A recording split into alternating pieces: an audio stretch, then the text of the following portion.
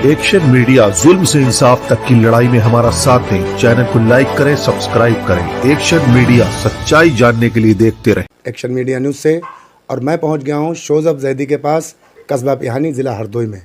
और मैं इनसे ये जानना चाहूँगा कि पिहानी में जो नगर निकाय चुनाव हुआ है उसमें बीजेपी और बसपा पार्टी दोनों हार गए, जबकि बसपा पार्टी बहुत ही अपना जोर दिखा रही थी और बीजेपी ने भी कोई कमी नहीं छोड़ी। अब शोज़ब जैदी बताएंगे कि चुनाव में कहाँ कहाँ किसकी क्या क्या कमियाँ रह गई।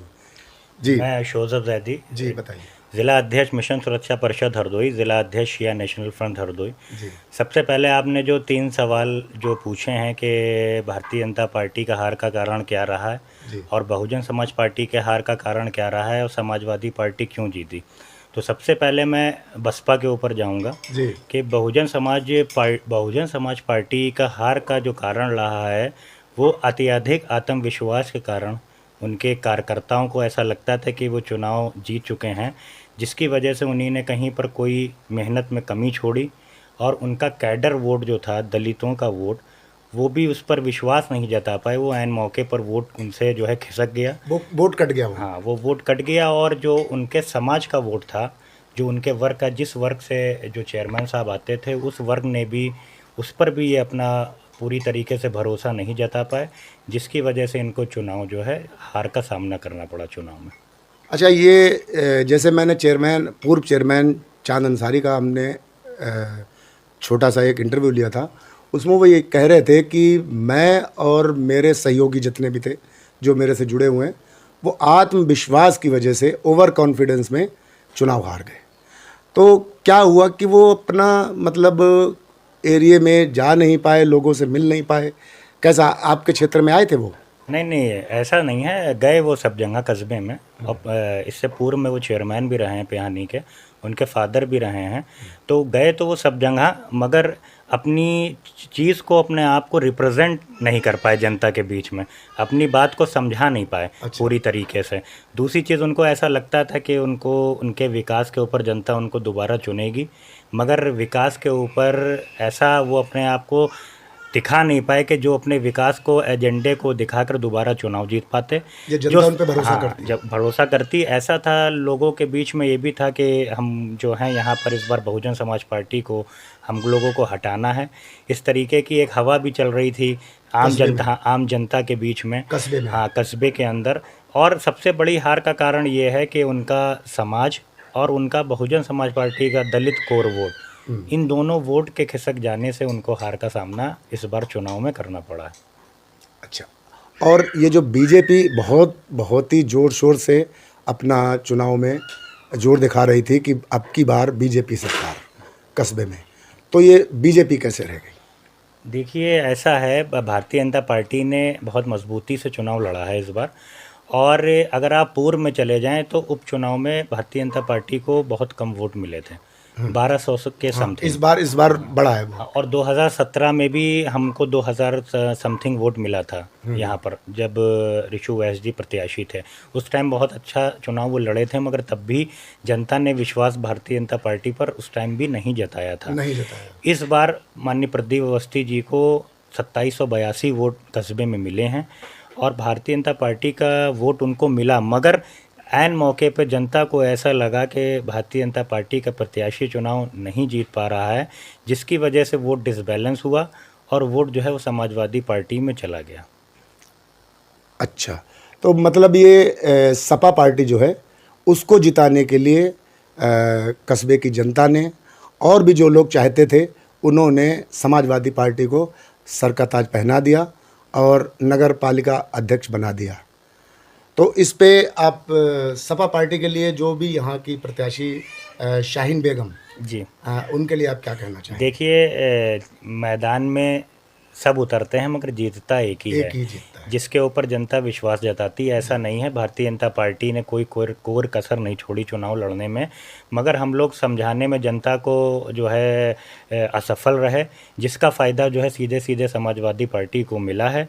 और समाजवादी पार्टी को कस्बे में सर समाज का वोट मिला, उस सर समाज के वोट से वो यहाँ से 1167 वोटों से जीत के गई कस्बे में से।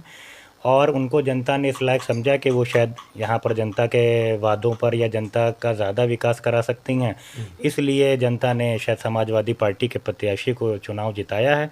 अब 5 साल का उनको कार्यकाल मिला है, वो अब जैसा जैसा कार्य करेंगे वो जनता के बीच में आता जाएगा, और 2028 में जब पुनः चुनाव होगा तो सब फिर जनता बताएगी कि कितना विकास हुआ है कस्बे में, कितना नहीं हुआ। अच्छा, एक सवाल और, जैसे कि अभी 18 महीने पहले उपचुनाव हुआ था, तो उपचुनाव में बीजेपी को कितना वोट मिला था? उपचुनाव में यहाँ पर अवधेश रस्तोगी चाचा प्रत्याशी थे। उस टाइम भारतीय जनता पार्टी को 1200 प्लस समथिंग वोट यहाँ मिला था, इस बार हम लोगों को करीब 1600 वोट बढ़कर मिला। हाँ, तो vote percentage Bharatiya Janata party का बढ़ा है। मगर वही हम कह रहे हैं कि माननीय मोदी जी की जन कल्याणकारी योजनाएं जो सर्व समाज को मिली, खासकर अल्पसंख्यक समाज को, तो अल्पसंख्यक समाज ने वोट भी दिया है भारतीय जनता पार्टी को। अगर वोट नहीं दिया तो 2800 वोट कैसे मिले? तो मगर कहीं पर हम लोगों की कमियां रहीं, जो उस वोट को हम जनता को डाइवर्ट नहीं कर पाए भाजपा की तरफ, जिसकी वजह से हमारा प्रत्याशी जो है इस चुनाव में हार गया। अच्छा, जैसे कि अभी तकरीबन 1600 वोट बढ़ गया, तो इसमें क्या लगता है आपको? इस बार आप बीजेपी से जुड़े हैं ना जी। पिछली बार तो आपने बसपा का साथ दिया था। जी जी जी। तो क्या लगता है कि जो 1600 वोट बढ़ा है बीजेपी को, इसमें आपकी मेहनत कहाँ तक रही? देखिए, सबसे पहली बात मैं बताना चाहूँगा कि हमारे जो मिशन सुरक्षा परिषद के राष्ट्रीय अध्यक्ष हैं माननीय श्री गंगाराम अम्बेडकर, पूर्व एसडी मुख्यमंत्री, हमारे संगठन ने भारतीय जनता पार्टी को समर्थन दे रखा है।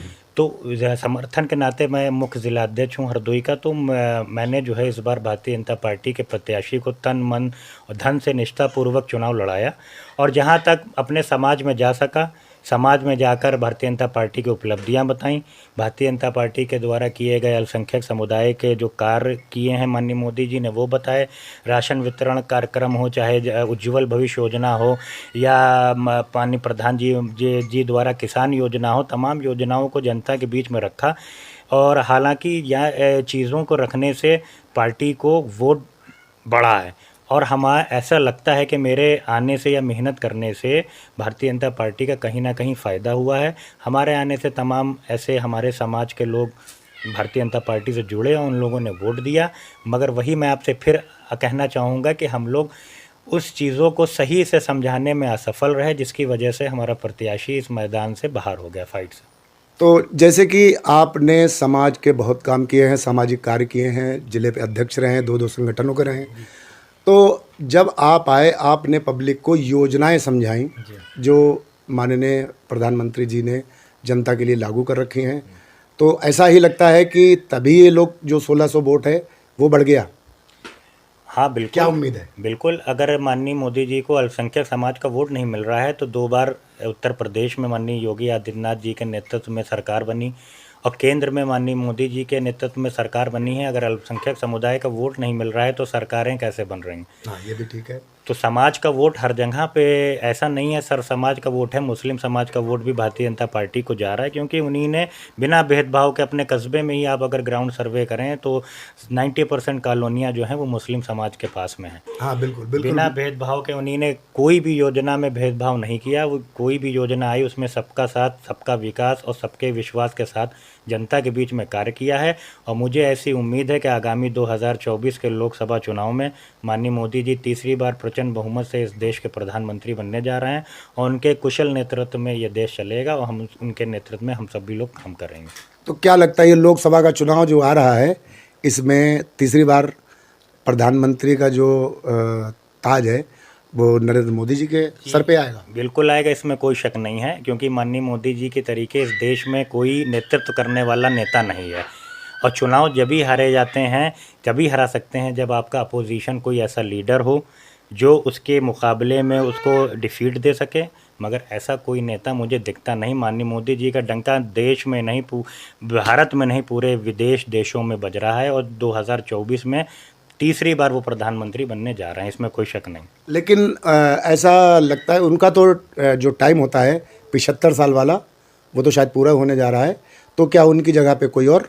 नहीं, इस बार जो है माननीय मोदी जी के नेतृत्व में ही सरकार बनेगी, और इसमें कोई शक नहीं है। माननीय अमित शाह जी ने भी कहा है कि इस बार हम लोग सरकार माननीय मोदी जी के नेतृत्व में बनाएंगे, और वही इस बार तीसरी बार देश के प्रधानमंत्री बनेंगे।